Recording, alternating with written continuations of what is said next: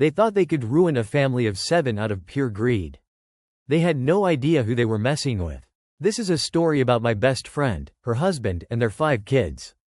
15 years ago, they were renting an old, run-down 4-bedroom house in an expensive city.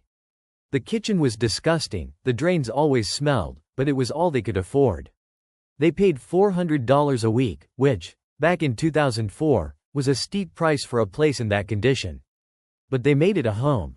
The owner was a kind, incredibly wealthy old woman who had taken a real shine to my friend and her family. She saw how hard they worked, and she made them a promise. She froze their rent for 5 years and told them that once they'd saved enough for a loan, she would sell them the house. And this wasn't just talk. She had a reputation for helping people this way, so they trusted her completely. They saved every single cent they could. For 5 long years, they scraped and they saved. Finally, the day came. They called her, their hearts pounding with excitement, and told her they were ready. They had the money. They could finally buy their home. 2 days later, she passed away. Before anything could be put in writing. Her death brought in the new owners, her 4 children. Each of them was already extremely wealthy, inheriting a massive portfolio of properties from their mother. When they first spoke to my friends, they were all smiles and reassurances. Of course, they said. Of course we'll honor our mother's wishes. The sale will absolutely go through. You'll just have to wait for probate to settle. My friends believed them. Why wouldn't they? They were so relieved, so full of hope, that they started making the house their own. They stripped the old, peeling wallpaper. They started painting the walls fresh, bright colors. They walked through the rooms, making plans for their future, for their children's future. Finally, the call came. Probate was settled. The owners agreed to move forward with the sale for the exact price their mother had promised. Everything seemed to be falling into place. My friends went straight to the bank and applied for the loan, confident this was the final step. But the loan was refused. They were in shock. How could that be? They had the deposit, their credit was good. They called the bank, desperate for an answer. And the answer they got felt like a punch to the gut. The owners, without saying a single word to my friends, had raised the asking price. Not by a little, by $80,000. And to make it 1,000 times worse, they were putting the house on the open market. An open house was scheduled in 7 days. 1 week. In the city's red-hot property market, they knew it would be sold from under them in an instant. My friends were absolutely devastated. Shattered. They might, maybe, be able to borrow the extra money, but there was no way they could get it approved in just 7 days. The timing was impossible. It was a trap. And the walls were closing in. In the 5 years their rent had been frozen, the market had exploded. Rents for a place that size had nearly doubled. If they were evicted, they wouldn't just lose their home, they'd be priced out of the city entirely. Finding an affordable place with more than 2 bedrooms for a family of 7? It was a fantasy. I was scared for them. But underneath the fear, I was incandescently angry. These 4 siblings were some of the wealthiest people in the entire city. They were about to make a struggling family homeless for what amounted to less than $20,000 each. A rounding error in their vast inheritance.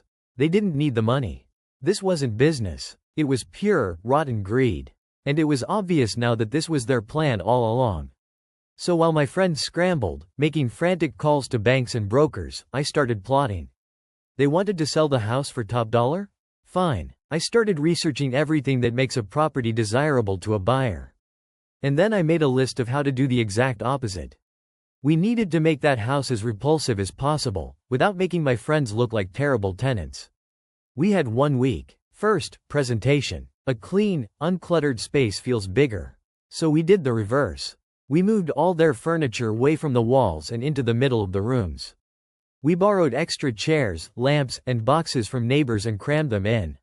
I had them hang up a massive collection of old motorcycle memorabilia, flags, posters, greasy-looking engine parts. The whole house suddenly felt cramped, dark, and suffocating. Next, the smell. A fresh, clean scent is crucial for a sale. So my friend put a huge head of cabbage on the stove and boiled it for hours, letting the foul, sulfurous stench seep into every curtain and carpet fiber. Then, we went outside. We took ammonia and sprayed it all around the front and back doors, creating the unmistakable, eye-watering smell of an entire neighborhood of cats marking their territory. And for the grand finale, we took 24 eggs, let them go completely rotten, and poured the putrid sludge straight down the kitchen drain. The sewer gas smell that came bubbling back up was an absolute masterpiece of horror. Then, we addressed the neighborhood. A quiet, tidy street adds value. So, with the full permission of their wonderful next-door neighbor, we found the moldiest, most disgusting old couch we could and dumped it right on their front lawn, as if it had been there for months. Here's where the story takes a turn. We realized we needed more than just a bad look. We needed a bad vibe. We needed chaos. We started calling in favors. Everyone we knew with a loud, beat-up car was given a mission. On the day of the open house, do as many laps of the street as you can. That Saturday, their quiet suburban block sounded like a racetrack. It was practically rush hour, filled with sputtering engines and backfiring exhausts. But the final piece of the puzzle was the masterstroke. We called our mates from the local rugby club. These are not small men.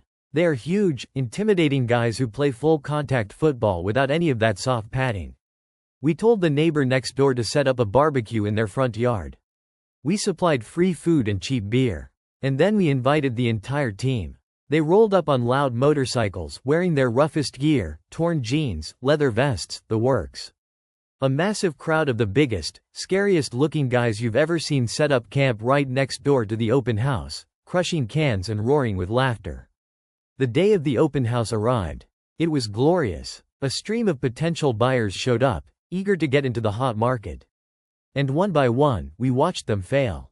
Most were in and out within minutes, their faces wrinkled in disgust from the smell. One woman pulled up, took one look at the roaring party of bikers next door, and just drove away without even getting out of her car. Only one man stayed for any length of time. He seemed determined. He walked through the smelly, cluttered house, his expression unreadable. As he was leaving, he saw one of our rugby friends stumbling away from the party. He decided to strike up a conversation. He asked the guy if they partied like this often. Our friend, playing his part perfectly, leaned in conspiratorially. "Oh yeah, mate," he slurred. "Every couple of weeks or so. We had the big one last night 3 doors down. This is just the after party." Then he helpfully added, "You gotta watch out for the drains on this street, though. Always getting blocked by tree roots. Stinks the whole place up." The potential buyer's face fell. He thanked our friend and left without making an offer. And so, only one offer was made that day. My friends, they still had to pay more than the original handshake deal, but it was nowhere near the $80,000 markup the greedy siblings wanted. They signed the papers and paid the deposit that very afternoon. The deal was done. And the best part? The very next day, that same, brave, buyer who had spoken to our rugby friend must have had a change of heart. He called the agent and put in an offer $30,000 higher than what my friends paid. But it was too late. Thanks to strict anti-gazumping laws in our area, once that contract was signed, the owners couldn't back out. They were legally locked in.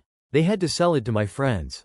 I would have paid good money to see the look on their faces when they found out they'd been so perfectly and completely outplayed. They tried to use their wealth and power to crush a family that had nothing. They were greedy, they were cruel, and they thought they would win. But they underestimated the power of a few rotten eggs, a head of cabbage, and a front yard full of very large, very loyal friends. The family fought back with the only weapons they had, creativity and chaos. So I have to ask you, was this a brilliant act of justice against greedy landlords, or did they go too far to get the home they were promised?